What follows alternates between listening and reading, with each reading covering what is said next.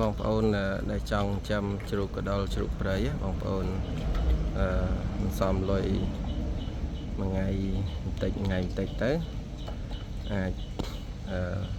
ពេលណាមួយគ្រប់លុយយើងអាចទិញ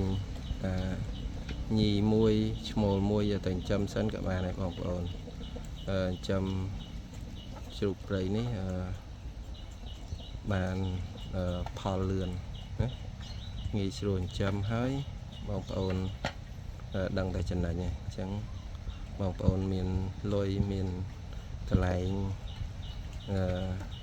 ដែលតនេអីអាច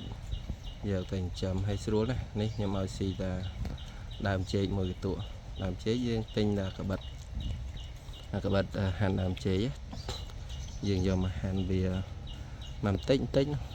យើងបកយកកដាលហ្នឹងហាន់ឲ្យវាស៊ីទៅ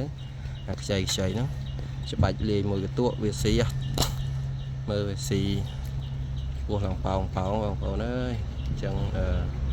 ត្រៀមលុយកុំឲ្យពេលវេលាវាចេះតែកន្លងទៅយើងខាតដល់ពេលវេលាអញ្ចឹងបើសិនយើងវិញយកលើជ្រូកនេះក្នុងរយៈពេលមួយ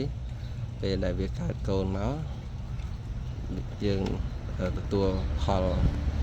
កាន់តែច្រើនណាស់យើងចិញ្ចឹមកូនសាទី1អញ្ចឹងណា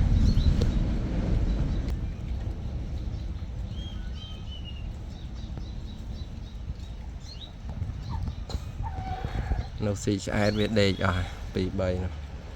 ស៊ីឆ្អែតនោះនេះដេកប្រាស់ដេក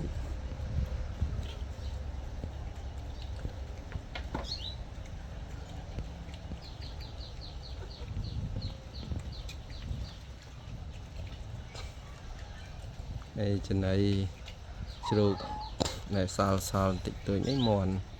វាមកស៊ីបន្តអញ្ចឹងយើងចាំជ្រូកផងយើងដាក់មន់ខ្លះផងវាយើងចំណេញទាំងមន់ចំណេញទាំងជ្រូក